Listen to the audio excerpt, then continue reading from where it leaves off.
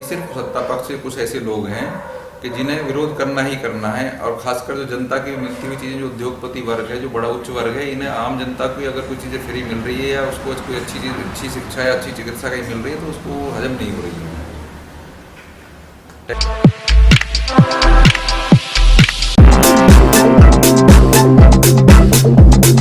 नमस्कार दोस्तों, आज हम बैठे हैं तुगलपुर गांव में आम आदमी पार्टी के प्रत्याशी दादरी से संजय भैया जी। संजय जी से बात करते हैं आज के राजनीति के विषय में कि किन किन मुद्दों को लेकर वो जनता के बीच में जा रहे हैं। भैया जी, आप ये बताइए, दादरी विधानसभा से प्रत्याशी हैं आम आदमी पार्टी से, मेन मुद्दे क्या हैं आपके जिनसे संपर्क कर रहे हैं लोगों के? पहले तो आप सबको नमस्कार।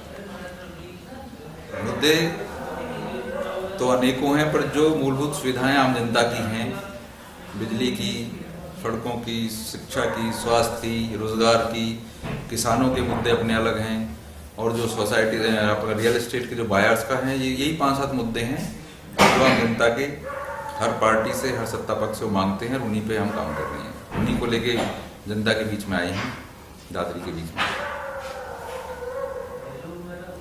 दूसरा सवाल मेरा यह है कि जैसा कि बिजली, पानी, दिल्ली में यूनिटें हैं, जो टैक्स पेयर लोग हैं उनसे हमने अभी बातें करी कि आप पक्ष में है या नहीं जो फ्री दिल्ली में मिल रहा है बिजली पानी, लेकिन जिस पेयर वो उसका विरोध कर रहे हैं, इस विषय में आप क्या कहना चाहते हैं? टैक्स पेयर विरोध क्यों करेंगे इसका, एक बार बताइए। विरोध तो ये सरकारें भी कर रही थी जो आज 300 यूनिट बिजली फ्री देने की घोषणाएं कर रही हैं। ये सिर्फ सत्ता पक्ष से कुछ ऐसे लोग हैं कि जिन्हें विरोध करना ही करना है, और खासकर जो जनता की मिलती हुई चीज़ें, जो उद्योगपति वर्ग है, जो बड़ा उच्च वर्ग है, इन्हें आम जनता को अगर कोई चीज़ें फ्री मिल रही है या उसको कोई अच्छी चीज़, अच्छी शिक्षा या अच्छी चिकित्सा कहीं मिल रही है तो उसको हजम नहीं हो रही है। टैक्स तो कोई टैक्स पेयर कौन नहीं है? क्या जो निम्न वर्ग है वो टैक्स पेयर नहीं है? या जो उस वर्ग बैठा हो वही टैक्स दे रहा है? आप माचिस भी खरीद रहे हो, टैक्स तो उस पर हर कोई दे रहा है, और बराबर मात्रा में टैक्स दे रहे हैं। तो आप टैक्स पेयर किसे कह रहे हो? कौन टैक्स पेयर नहीं है हिंदुस्तान में, बताओ।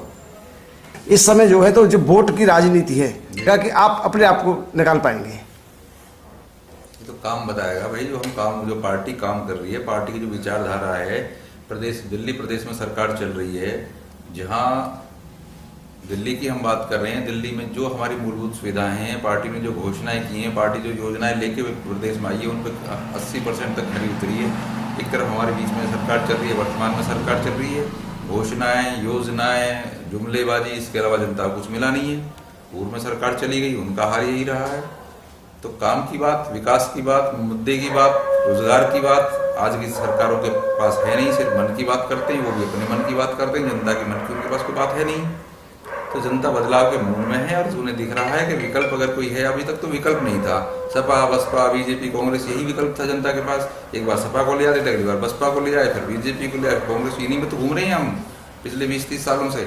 आज एक विकल्प नजर आया है आम आदमी पार्टी, और सबको उम्मीद है और सबको भरोसा है कि जो जिस तरह से विकास दिल्ली में हो रहा है, आम जन के लिए दिल्ली में काम हो रहा है, वही व्यवस्थाएं लेके, बल्कि उससे भी अच्छी योजनाएं लेके आम आदमी पार्टी उत्तर प्रदेश में आई है। और बड़ी बात यह है कि आम आदमी पार्टी एकमात्र ऐसी पार्टी है जो योजनाएं विद गारंटी लेके आती है, और योजनाओं को लेके आती है, जमीन को उतारने का काम करती तो आम आदमी पार्टी करती है। और ये विश्वास जनता के दिमाग में और दिल में है, और उसी विश्वास के ऊपर हमें विश्वास है कि हम चुनाव दादरी विधानसभा जीत के आ रहे हैं, और बहुत अच्छे मतों से जीत के आ रहे हैं। नेताजी, चौथा सवाल मेरा आपसे है, लास्ट का आखिरी सवाल, शिक्षा, स्वास्थ्य, इसके विषय में आप क्या कहना चाहते हैं उत्तर प्रदेश सरकार में? देखिए, शिक्षा की अगर बात है, शिक्षा को मैं मानता हूँ जिस तरह से हमारे शरीर में रीढ़ की हड्डी का जो महत्व है, उसी तरह शिक्षा का हमारे समाज में महत्व है। हम शिक्षित हो जाते हैं तो विकसित तो अपने आप हो जाएंगे, क्योंकि शिक्षा के बाद ही सारे रास्ते निकलते हैं विकास की तरफ। शिक्षित हो जाते हैं, अपने कानूनों को जानते हैं, अपने अधिकारों को जानते हैं, अपनी ताकत को पहचानने का मौका हमें शिक्षा से मिलता है। तो शिक्षा ही ऐसा द्वार है जिससे विकास के रास्ते खुलते हैं। और अगर बात करें शिक्षा की, जो यहाँ कार्यशैली चल रही है, जो यहाँ की व्यवस्थाएं चल रही हैं, हमारे यहाँ सरकारी स्कूल चल रहे हैं, उनमें मैं समझता हूँ जितने लोग यहाँ बैठे हुए हैं, कोई भी, मैं समझता हूँ जो थोड़ा सा भी अगर पैसे में थोड़ा सा भी किसी का हाथ सही चल रहा है, तो वो अपने बच्चों को सरकारी स्कूल भेजने में बिल्कुल इंटरेस्टेड नहीं है, क्योंकि ना वहाँ शिक्षा है, ना शिक्षा का माहौल है, ना शिक्षा की वहाँ व्यवस्था है। शिक्षा का बिल्कुल जीरो है लेवल, इसलिए शिक्षा की बात तो सरकारी स्कूलों की हमारे यहाँ है ही नहीं।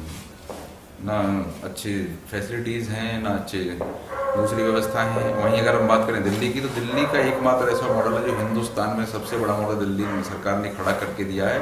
और मैं कहूँगा शिक्षा के फील्ड में बहुत बड़ी क्रांति आम आदमी पार्टी ने ला दी है। वहाँ के आप स्कूल देखें, पहला प्रदेश ऐसा है जहाँ प्राइवेट स्कूलों से बच्चों को निकाल कर सरकारी में एडमिशन दिलाया जा रहा है और 99% रिजल्ट वहाँ के सरकारी स्कूल दे रही हैं। तो शिक्षा के मामले में तो आम आदमी पार्टी बहुत बड़ी क्रांति लेके आई है और वही क्रांति हम चाहते हैं कि उत्तर प्रदेश में आए। जब हम ग्रामीण क्षेत्रों में जाते हैं तो देखने को मिलता है कि युवा, यहाँ का जो युवा पढ़ा लिखा है वो अपने आप को बेरोजगार कहता है, जबकि यहाँ पर बड़ी बड़ी मल्टीनेशनल कंपनियाँ आ रही हैं। इस विषय में आप क्या कहना चाहते हैं? हाँ, कंपनियां मैं समझता हूँ, अगर हम गौतम बुद्ध नगर की ही बात करें अपने ज़िले की, तो कम से कम 6000 कंपनियां शायद यहाँ रजिस्टर्ड हैं, लगभग अप्रोक्स मैं बात करूँगा तो लगभग 6000 कंपनियां रजिस्टर्ड हैं। और वहाँ अगर रोजगार की बात जा रही है तो युवाओं को बता रहे हैं कि बोर्ड लगा हुआ है कि भाई यहाँ से 200 किलोमीटर दूर के युवाओं को यहाँ रोजगार दिया जा रहा है। बहुत सारे हमारे प्रत्याशी, बहुत सारे लोग दूसरी पार्टियों के नेता छाती पीट पीट के कह रहे हैं कि भाई हमें मौका दो तो हमें बोर्ड उखाड़ फेंकने का काम हम करेंगे।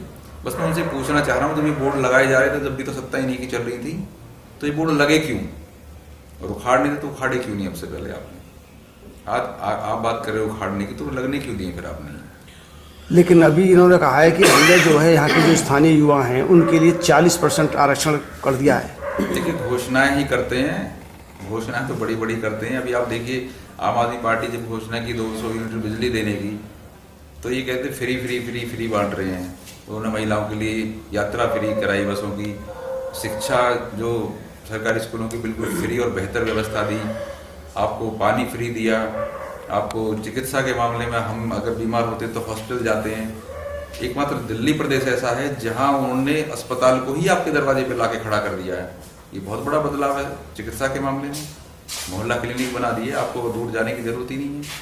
तो यही सरकारें जो आज घोषणाएं कर रही हैं 300 यूनिट बिजली फ्री देने की, यही कल कहते थे कि फ्री फ्री फ्री बांट रही हैं, प्रदेश को, दिल्ली को बर्बाद कर देंगे, कर्ज में डुबा देंगे। आज ये उन्हीं को फॉलो कर रही हैं, उन्हीं को कॉपी करने का काम कर रहे हैं। अभी आपने सुना होगा उत्तर प्रदेश में भी बिजली की दर आधी कर दी गई। तो ये आम आदमी पार्टी की धमक है उत्तर प्रदेश में। आज कदम रखा है चुनाव मैदान में, अभी से इतना बदलाव अगर राजनीति में आप देख रहे हैं। जिस दिन पार्टी सरकार बनाएगी, पार्टी उत्तर प्रदेश में आएगी, तो मैं विश्वास के साथ ही कहता हूँ बहुत बड़ा परिवर्तन राजनीति में उत्तर प्रदेश के हालातों में जरूर आएगा। किससे चुनौती मानते हैं आप इस समय? अब चुनौती हमारी की ना, चुनौती अब हमसे है। धन्यवाद। फेस वार्ता से वार्ता करने के लिए धन्यवाद। बहुत बहुत धन्यवाद आपसे।